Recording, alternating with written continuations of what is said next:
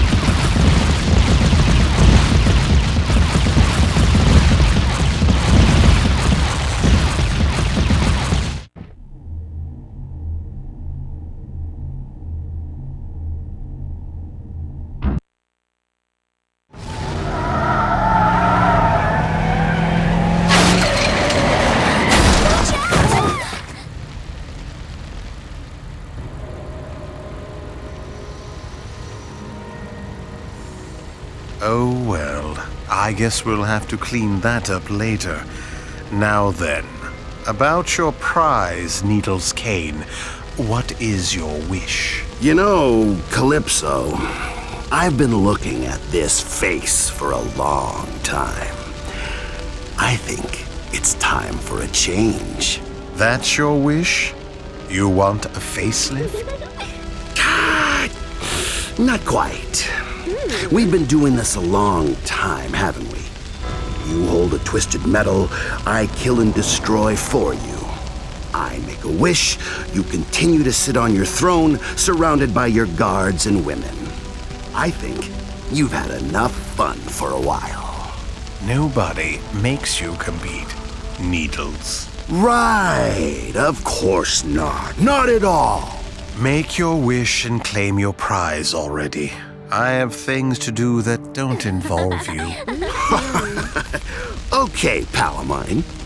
I wish that you become me, and I become you. Are you insane?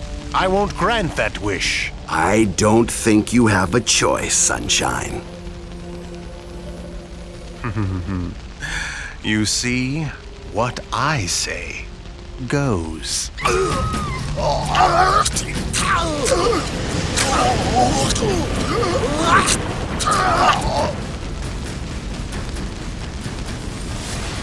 This is impossible.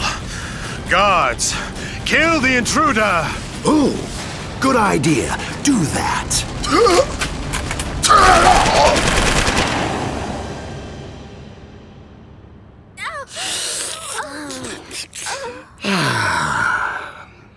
Looks like we've got two bodies to clean up now. Guards?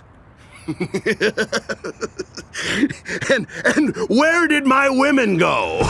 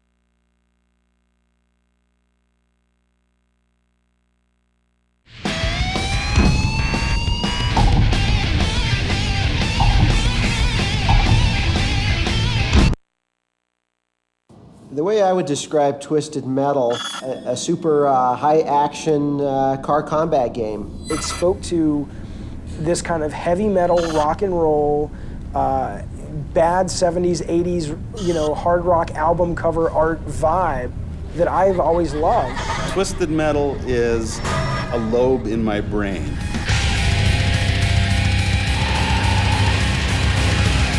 Hard rockin' car combat at its finest. Cars would drive around an imaginary city and shoot at each other.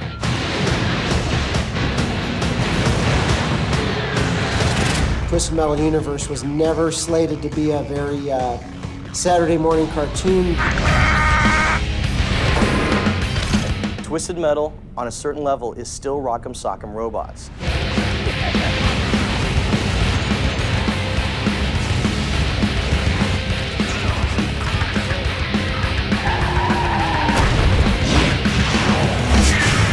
There's a spirit and a soul to the Twisted Metal universe, and it's American, and it's rock and roll, and it's underdog, and it's scrappy, and it's kind of heavy metal.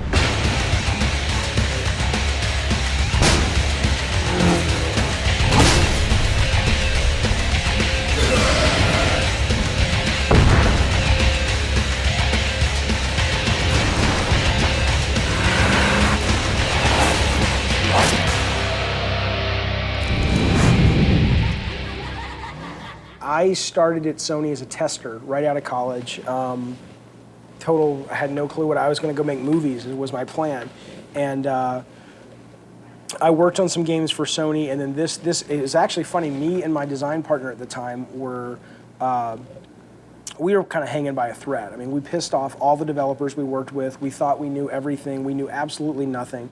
And our boss called us in when he heard about these guys in Utah who were working for the military, and he says, "Look, I remember this meeting. He's like, look, my feet are at the fire on this with you guys. It's like this is kind of your last chance. It's like, don't screw this up."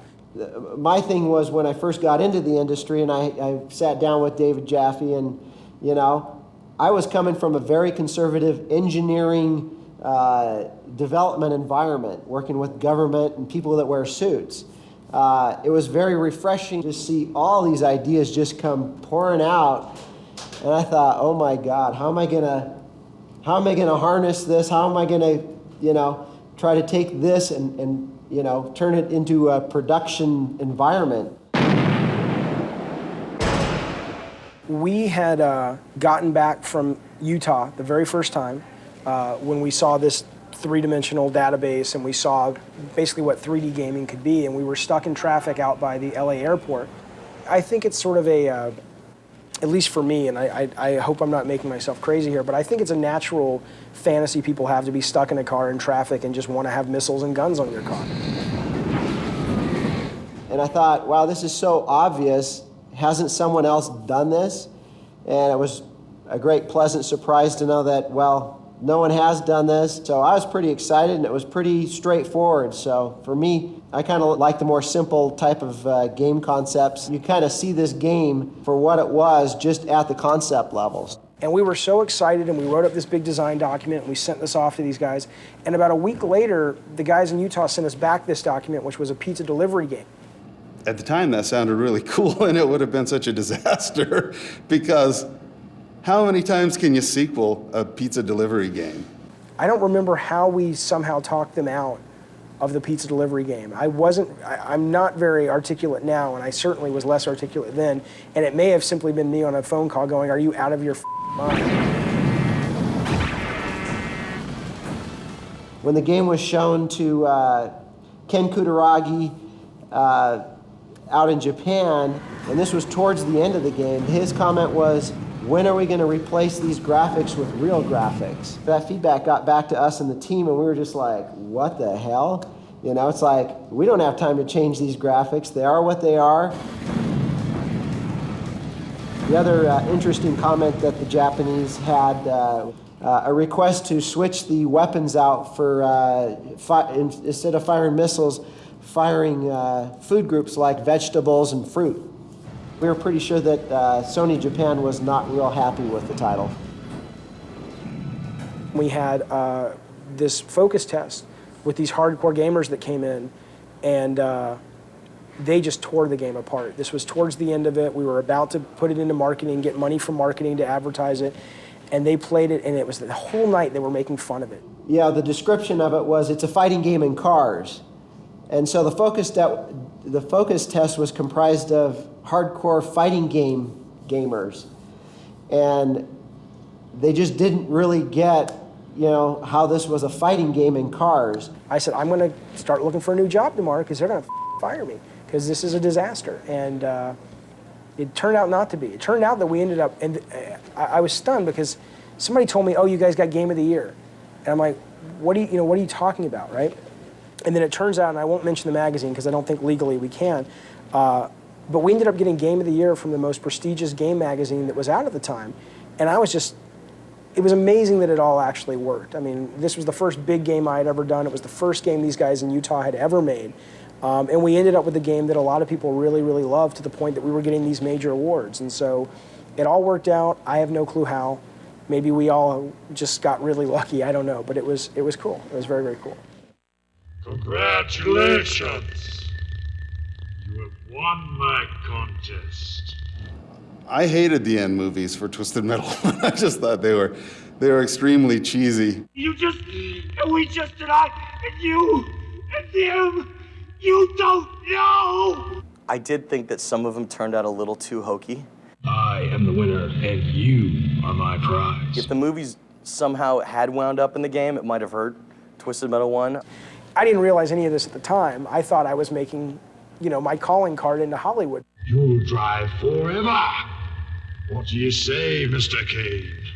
Sounds good to me, baby. They were terrible stories, and they were terribly written. I think that was part of the charm and appeal to them. But you know, first and foremost, I think some of the content was, you know, very offensive to some of the people on the team.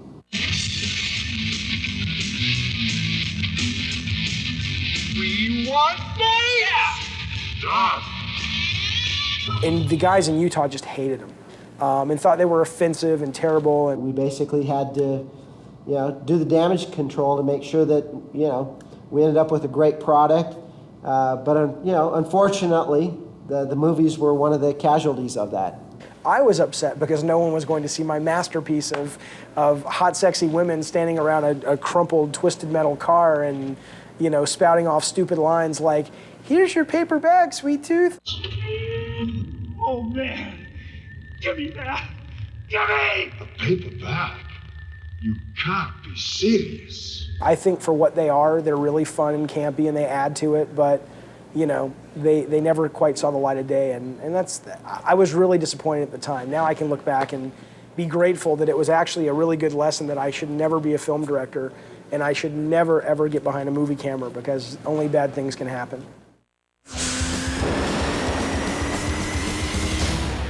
We thought Twisted Metal 1 was a flop. We didn't know if we had careers left at Sony. Luckily, it was good enough to warrant a sequel, and that's when we were able to really kind of pull out all the stops and do a lot of things that we wanted to do with the first version. We really, were excited to get into the second one because then we felt like we knew, really how to make it the game that we wanted to play. We knew that Sony wanted to do a sequel, and I know Jaffe, Michael Jackson and I were really excited to basically put in a lot of the things that we didn't do and improve on a lot of the things that really sucked in Twisted Metal 1. The darkness, the graphics, the controls, the list goes on. And so we were like, okay, we have to fix this. We have to fix everything that we screwed up in the first place, which means, we went so far as to say, let's forget them being cars, let's make them hover cars because they'll be easier to control. We talked about hovering cars and cars with insect legs, that could climb up buildings and things like that. Let's make them insects because insects don't move as fast and they can't get caught on objects. I mean, we would go into like stores and watch people play the game on kiosks, and they were banging into walls, they were going too fast, and it really wasn't a very pick up and play game. We thought that was the reason we were getting such bad focus tests and play tests. And so we were doing everything we could to sort of remedy that. We even said, let's forget the car combat, let's do missions. Like you're a car and you've got missions like, a secret agent, but you're in a car. And then the reviews started to hit, and then the sales started to come in, and then the people on what at the time were sort of the BBSs and the beginnings of the internet started to sort of write about, oh my God, this game is awesome. My favorite Twisted Metal moment, probably a lot of people feel this way, is when the Eiffel Tower came down for the first time. The Paris level was probably one of the bigger or more popular levels, mainly because, of the, you could drop the Eiffel Tower and it would open up kind of a whole other level, which was the rooftops of the Paris buildings. And, it was something that was just such a cool level that we all wanted to try to make it work. I just kind of, it was actually during a single track staff meeting that during the whole staff meeting, I just started off with kind of a grid with some angled streets and then, put the Eiffel Tower. And the question was, could we afford this? It kind of became a mission for us to make this level work. I remember when you looked at the level and we started reviewing it, and I remember Jaffe saying, dude, if you could make this thing work the way that you're saying it could work, we got to do it.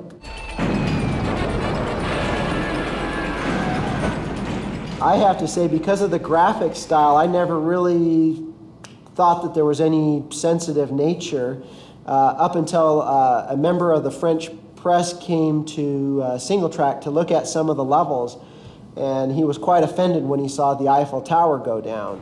It kind of just fueled everybody to kind of get more wacky and destroy more sensitive type of icons. And we try to get that gameplay and the dynamics and everything working as early on in the process as we can. That way we get gameplay kind of leading the development and production charge, and that, in our case, that's always first and foremost, gameplay, gameplay, gameplay. I loved working on the mechanics of Twisted 2. I love the idea of, can we build depth into the gameplay? Can we build strategy into the level design? I thought that was really, really exciting.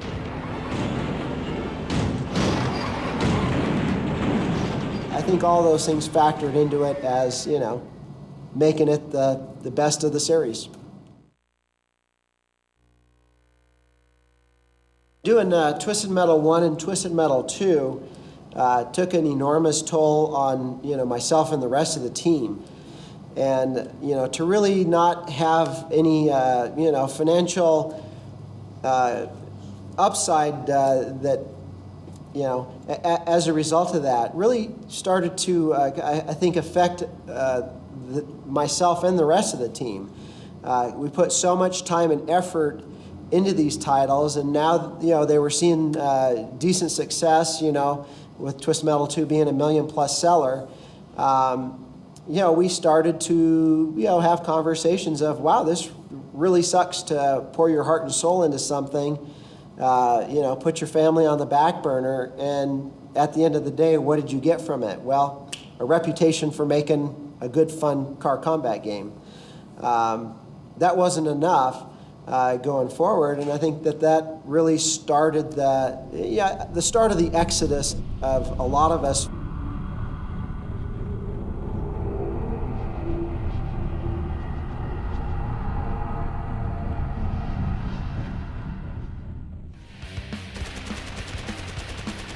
Regarding Twisted Metal 3 and 4, I think my reaction and many other people on the team is, what have you done with our baby?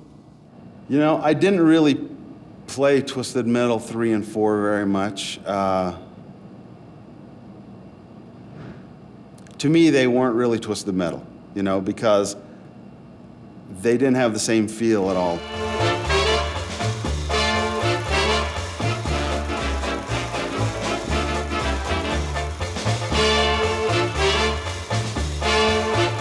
When they said that the guys from Utah weren't going to be doing Twisted 3, it was going to be the guys in San Diego, I was like, all right, I'll help them out if I can, but it's not that I didn't care, like, screw Twisted Metal, I don't care, but I had sort of moved on, so it didn't really bother me. It only bothered me once the games came out.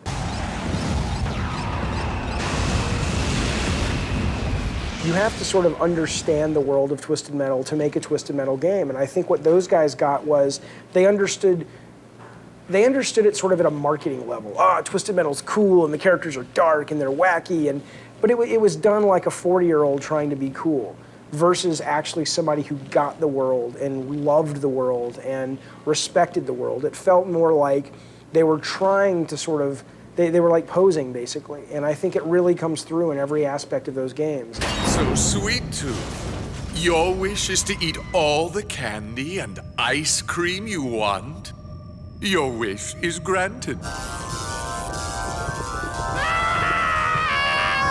Oh, Jesus, when I saw the Sweet Tooth character design for 3 and then 4, which was Worth, I mean, he looked like a Carney Barker with these stupid neon purple pants, and it's like, what is this? Sweet Tooth is like I've said, Sweet Tooth is me. Sweet Tooth is the darkest, most animalistic side of me, and you guys are turning him into a joke.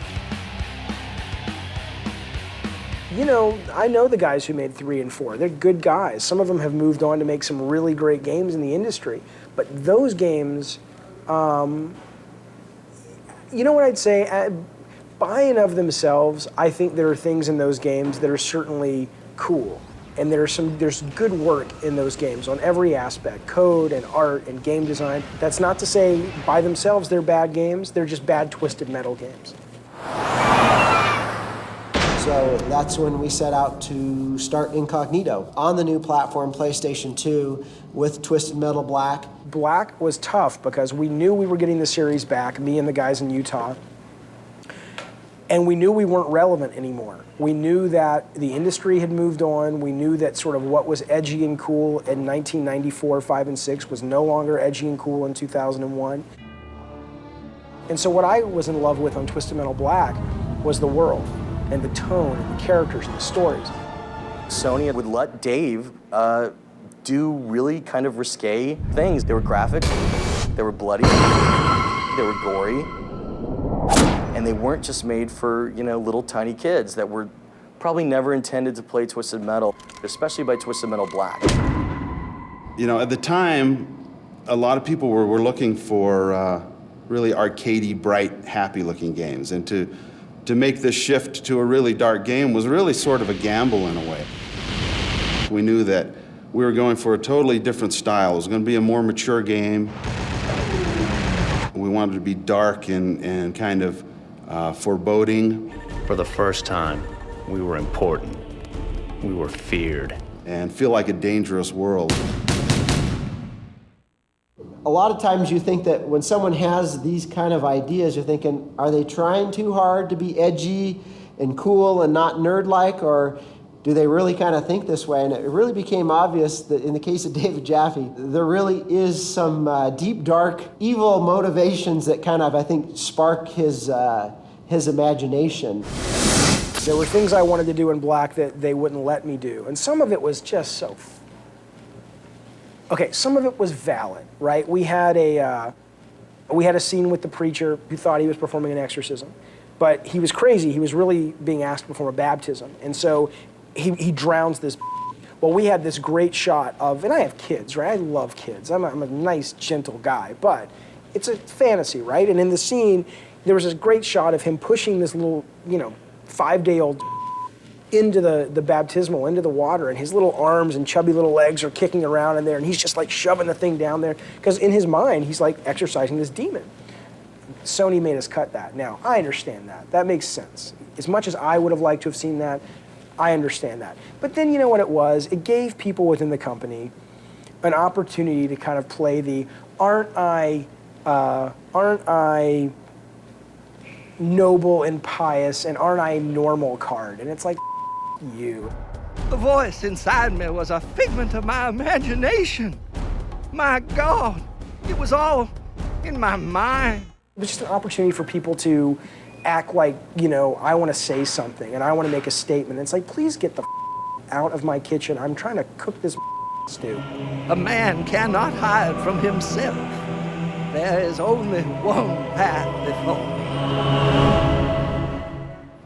A big part of making a game is just getting a visual image of what this thing's going to look like. We had a machine now that we could really do some nice graphics on, take it to a different level.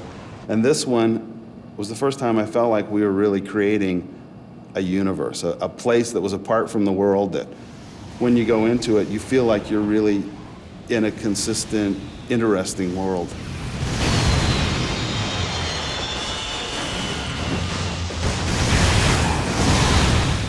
I still really like the suburbs in Twisted Metal Black. That was the level where we had these concepts and we had rendered it on a PC, and to see that turn into a level you can actually play and keep the art style and the personality.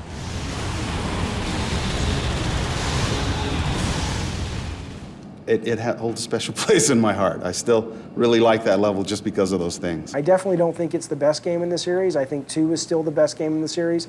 I think, honestly, at that time, I had gotten bored of the mechanics of the series. And so what I was in love with on Twisted Metal Black was the world.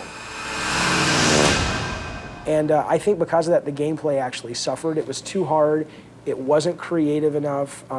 We really tied ourselves up being forced to every level having the same color palette of browns and blacks and grays and clouds in the sky rolling by. And I think the core experience, the interactive experience of that game really, really suffered because of it. And the good news is, just from a career standpoint, we had enough of the other stuff. We pulled off the atmosphere so well, and some of the sort of surface stuff so well, that we kind of got a free pass on the fact that the gameplay was good, but it wasn't great.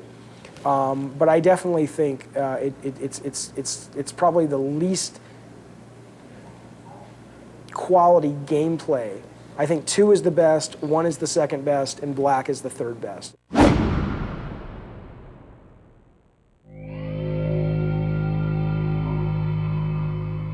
The cars would get designed first, and then characters, we would talk about cool, compelling, weird, wacky type of characters. And that was just kind of a process of applying those different characters to the different cars. And that was always a fun process, and one that really endured a lot of changes throughout the development. And, that used to really frustrate the hell out of me. It's like, wait a minute, why is this character now in that car? Jaffe, what the hell is going on here? But there was always a good, sound, solid reason for it. And, again, in the end, the characters, I think, really were a good fit to the cars. A lot of times with characters, it's Dave Jaffe sends us this wacky stuff that we go, what is this? You know, it's like, he sent us these photos of something we called Zipper Chick, and it was a large person in leather with zippers and holding fetuses and things. My favorite character would have to be Mr. Grimm. I think my mind bent so much it snapped in two. I just really like the whole, you know, the speed of his motorcycle. He can get into and out of trouble quickly. I like his, you know, the Gatling gun sidecar is really cool. You can never go wrong with a skull helmet. I mean, Axel was, you know, tied up in those tires. In order to gain his freedom out of the huge tires that he was molded to or robotically connected to, he literally ripped his arms out of the tires. We had some dripping blood, some disgusting sound, and I just never thought we were going to get away with it. Oh my God! I am a free man, and you are no longer my father. There was a character that was named Scott Campbell in the game, and he was the driver of Spectre. I was pretty stoked about the character. In fact, I really didn't even know that he was going to be called Scott Campbell until I saw it show up. You know, it's kind of a surprise. Always usually a pleasant surprise when you find out, wow, I wonder what the backstory is on this one. I love Sweet Tooth. My first memory of Sweet Tooth was we had a list of potential vehicles and characters, and one line said, ice cream truck driven by demonic clown.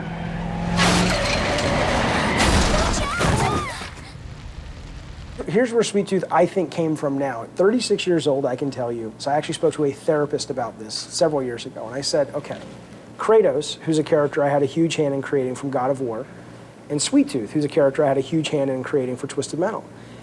Both of these characters are testosterone-fueled, aggressive, animalistic. They take exactly what they want when they want it. And I'm not going to go into too many personal details about my life, but let's just say for the longest time, certainly when I was developing those characters, that wasn't who I was if you saw me walking down the street. But I can promise you that that's who I was underneath the surface. As much as I had those old urges of mine, I kept them to myself for the moment.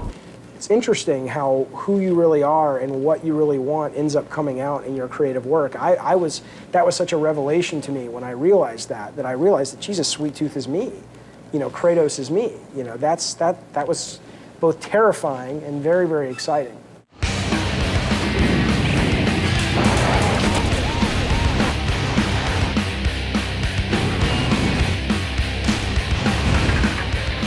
But I think it's run its course. It's spanned through 3 different platforms, and again, I think, you know, sometimes it's good to leave on a high note. We know that it entertained a lot of people. We know it kept a lot of people up late.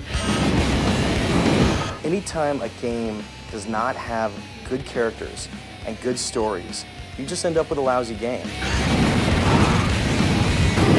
We need to find what is going to spark something, you know, that gets people interested in a genre again. The spark will come back, and we'll have a lot of really cool new ideas. I would hate to say that it's farewell. I hope down the road, you know, maybe someday we'll see it made into a movie. I don't think we're the kind of beloved series that really goes down in sort of gaming history as like, oh my God, that's one of the best games ever. But I love that position for this series. I think that's what the series, it feels pure to me. It feels like that's what it's meant to be. And when it resonates with those kinds of people, that makes me really, really happy. There's a lot of hardcore fans of the series, and they'll write to us and they'll call us and tell us all this stuff that we don't know. My favorite Twisted Metal level? I'd have to say it's Moscow and Twisted Metal 2. There's something about the balance in there. There's not enough weapons. There needs to be more weapons, but something about that ball design is freaking nice and balanced. We've been really fortunate that we've had great fans and lots of excitement, you know, in the marketplace for our stuff, and that just makes it all worthwhile. Twisted Metal 2 to me was a classic game in my eyes, but I was craving a game that was a little darker, a little more violent, a little more disturbing, and Twisted Metal Black definitely delivered that hands down. Thank you for all the great feedback that we've gotten over the years. I think it's really helped shape the game for the better. Let's talk Twisted Metal. I love Twisted Metal, and the reasons have changed quite a bit over the years, but the thing that's always been constant from day one is that it's just got, to me, the most incredibly deep multiplayer experience. To the fans of Twisted Metal, you guys are loyal, you guys are passionate. For whatever reason, Twisted Metal has always just been a very good game for replay value. It never gets old for me, and a lot of people from PMA just feel the same way. And we hope you guys keep that up. It's really a tremendous aspect of the series. That you care enough about what we do to write about it, to blog about it, to make boards about it, and most importantly to play it and to enjoy it. And so thank you so much for caring about our work. That means everything to us. I love Twisted Metal because I love fast-paced combat, I love blowing crap up, I love multiplayer, playing with my friends, but most importantly, it's great to have a story with characters you can relate to. Yeah, what can you say? Thank you.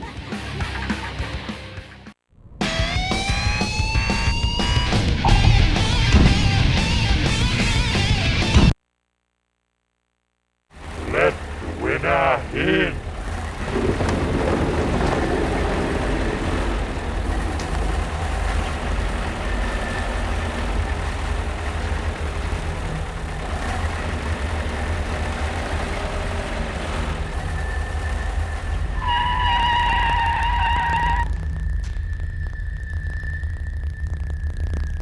Congratulations! You have won my contest. Welcome to my home. As you know, Mr. K, you are now able to claim any prize you request. You just don't know. You don't know what it was like for me. And I, and you, and them. You don't know! Look, I'm a bit confused, Mr. K. You do understand, by winning High Octane, you are entitled to any request of any value. And yet, you asked me for this? Oh, man. Give me that. Give me! A paperback? You can't be serious. Oh, man.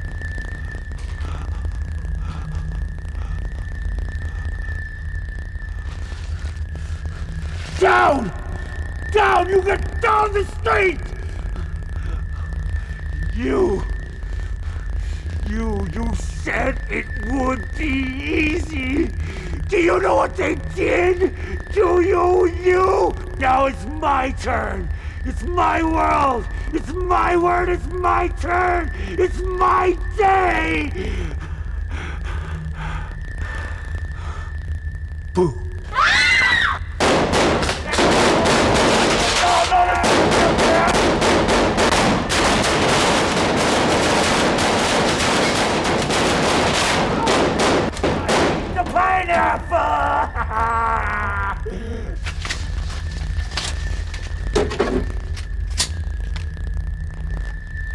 Cuckoo!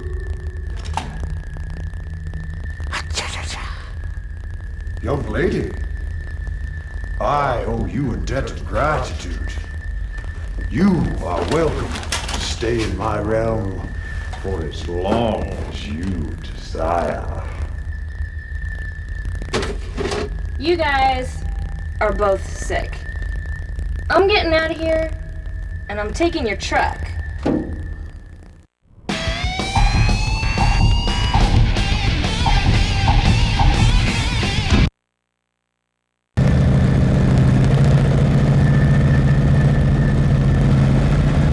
Congratulations! You have won my contest. Welcome to my home. Greetings, Calypso. As you well know, any prize you request will be yours. I am the winner, and you are my prize. I want your soul. No! It's not time! No! We made a deal! There will be no deal this time. No! It's not time! No! No! Oh!